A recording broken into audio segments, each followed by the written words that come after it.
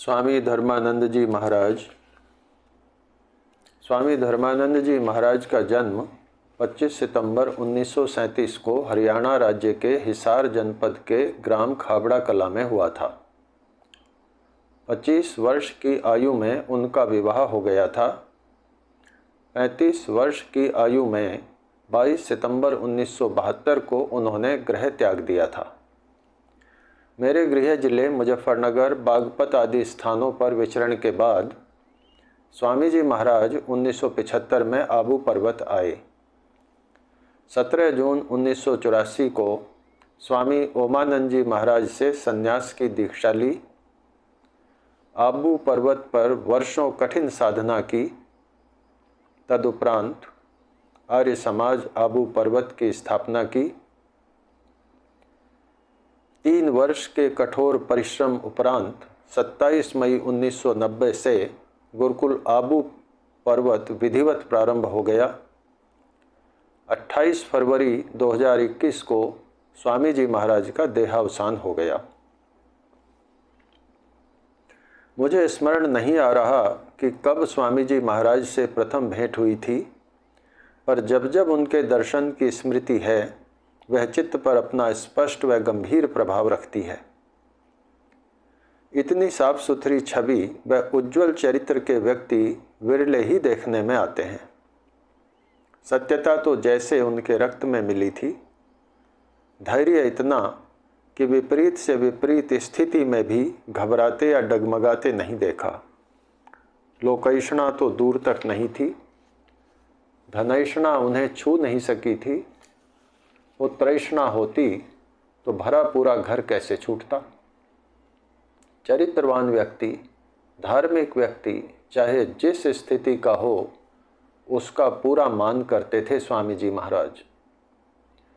दुर्गुणी व्यक्ति कितना प्रसिद्ध हो, कितना धनी हो, कितना ही बड़ा हो, उनके लिए तुच्छ था तो तुच्छ ही था। गुरुकुल का उत्सव प्रतिवर्ष होता था। बहुत संख्या में नर नारी पहुँचते थे। तिथियां निर्धारित थी, परंतु गुरुकुल के उत्सव के आमंत्रण पत्र पर किसी सन्यासी विद्वान नेता का नाम नहीं छपा होता था। वे विद्वानों को व्यक्तिशः निवेदन करते थे। विद्वान सन्यासी आते थे, सम्मान होता था, परंतु यदि उनकी दृष्टि में व्यक्ति उचित नहीं हो तो वे कोई लिहाज नहीं करते थे। एक बार एक सन्यासी गुरुकुल उत्सव पर स्वयमेव आ गए। बस स्टैंड से किसी विद्वान को फ़ोन किया, वाहन की व्यवस्था हो गई। पहुँचे तो जैसा सामान्य उत्सवों में होता है, उन सन्यासी के आगमन की घोषणा हुई। स्टेज पर विराजित होने के बाद उन्हें प्रवचन के लिए आमंत्रित किया गया। स्वामी जी दूर बैठे थे, वे आए। उन्होंने माइक थामा, वह शांति पाठ कर दिया।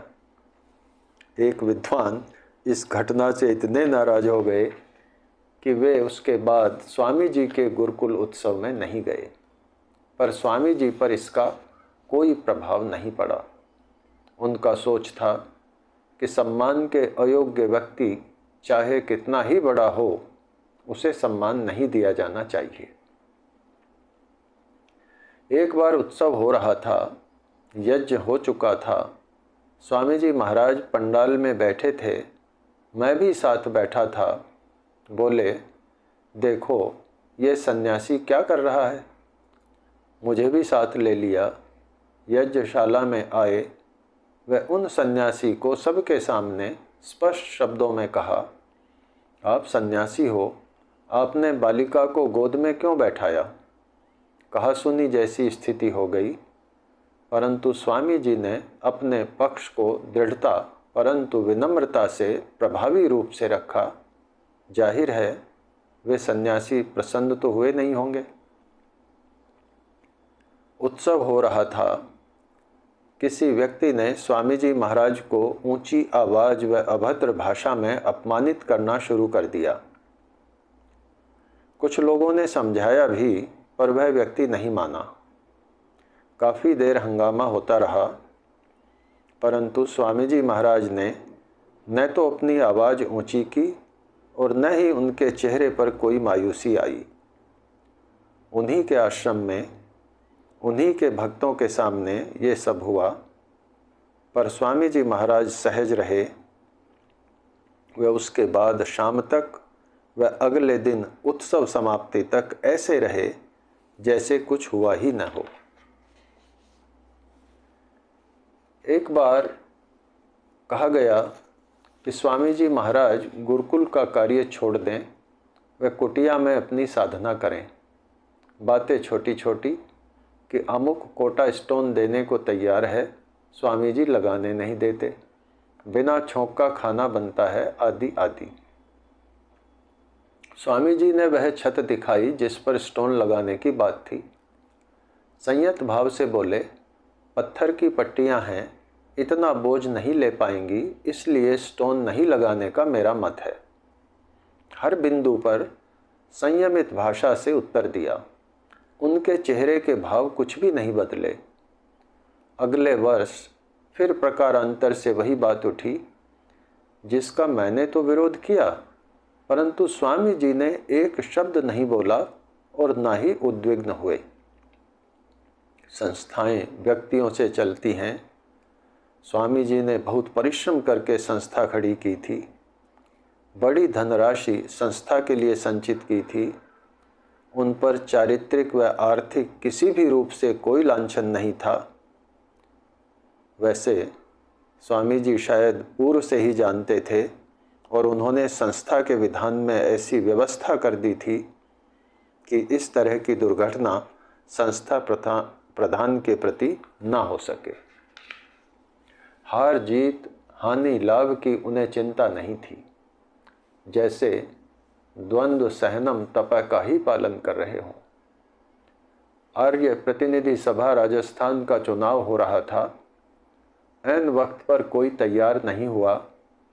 स्वामी जी का नाम प्रधान के लिए आगे बढ़ा दिया गया। परिस्थितिवश चुनाव लड़ा। तैयारी तो थी नहीं, हारे, पर कोई मलाल नहीं किया।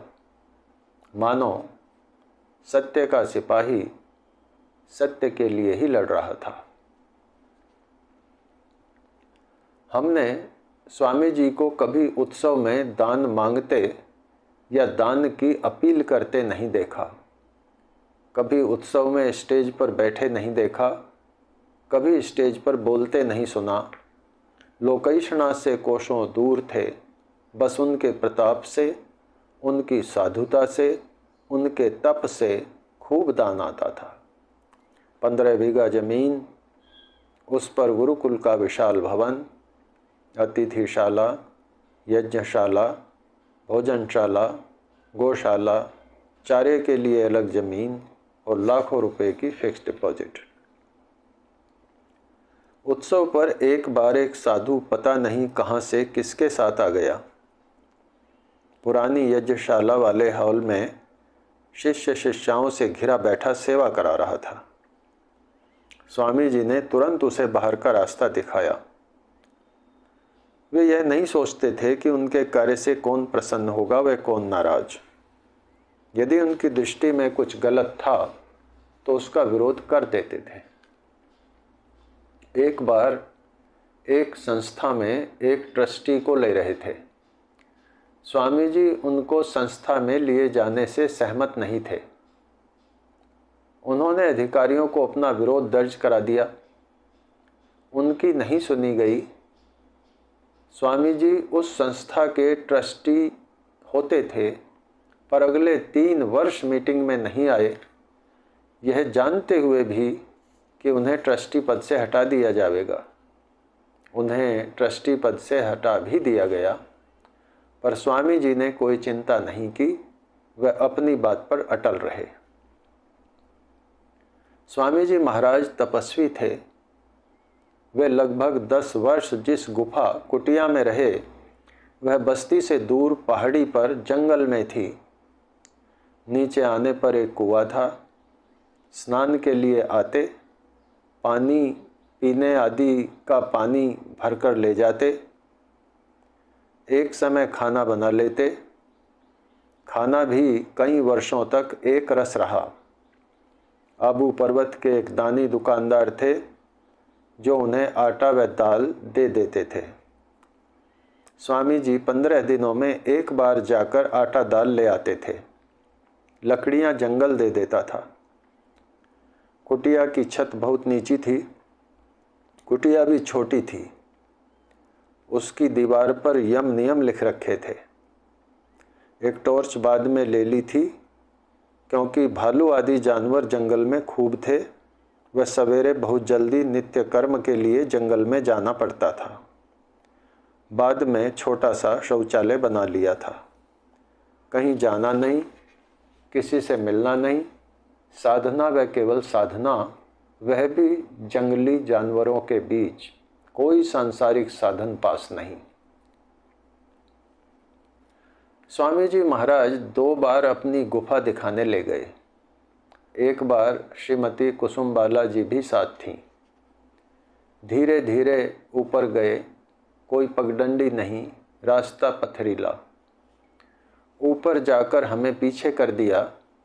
स्वयं पहले कुटिया को अंदर से निहारा। हमने पूछा क्यों? बोले कई बार भालू आकर बैठ जाता है अंदर। कितना परमार्थ। स्वामी जी महाराज चाहते थे कि हम वहाँ साधना करें। हमारी इच्छा भी बहुत थी, पर हमारा सामर्थ्य व तप इतना नहीं था, न ही हमारी अवस्था साथ दे रही थी। हम युवा नहीं थे, हम पीछे हट गए। ये गुरुकुल भवन के समीप वाली गुफा नहीं है, ये गुफा गुरुकुल से दूर है। स्वामी जी महाराज ने बड़े कष्ट उठाकर आर्य समाज की स्थापना की। 3 वर्ष की कठोर तपस्या कर गुरुकुल के भवन आदि बनाए व गुरुकुल प्रारंभ किया। स्वामी जी नियमों व अनुशासन के पक्के थे। गुरुकुल के छात्र व अध्यापक दोनों उनके सामने संभल कर रहते थे। उनकी उपस्थिति से ही अनुशासन बन जाता था। यह कठोरता सही भी थी। गुरुकुल शुक्रताल के प्रारंभिक छात्रों में मैं भी था। वहाँ एक सन्यासी स्वामी दर्शनानंद जी महाराज संस्कृत पढ़ाते थे।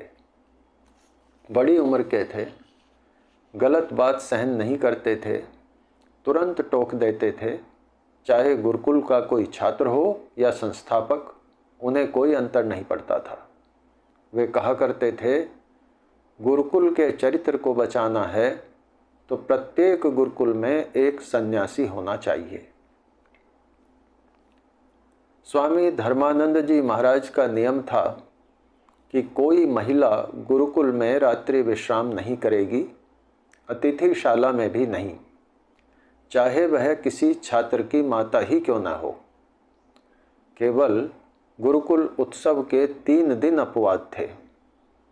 एक बार हम परिवार सहित गुरुकुल के उत्सव में गए हुए थे।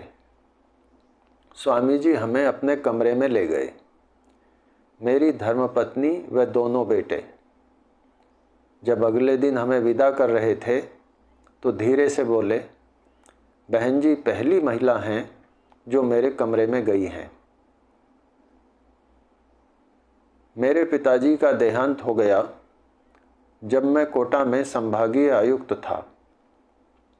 स्वामी जी महाराज कोटा आए, परंतु हमारे निवास पर नहीं ठहरे।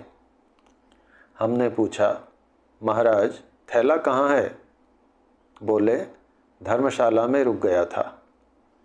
हमने निवेदन किया, महाराज सेवा का अवसर दें, सामान धर्मशाला से मंगवा लेते हैं। तो बोले, नहीं वहीं ठीक है, मैं गृहस्थ परिवारों में नहीं ठहरता। उनका यह नियम था कि वे परिवारों में नहीं ठहरते थे। अपने पैतृक गांव भी शायद एक बार ही गए, तब भी गांव के बाहर मंदिर में ठहरे थे। समाज की अव्यवस्थाओं को देखकर किसी भी साधक के मन में समाज सुधार की भावना आ जाती है। स्वामी जी महाराज भी उससे अछूते नहीं रहे।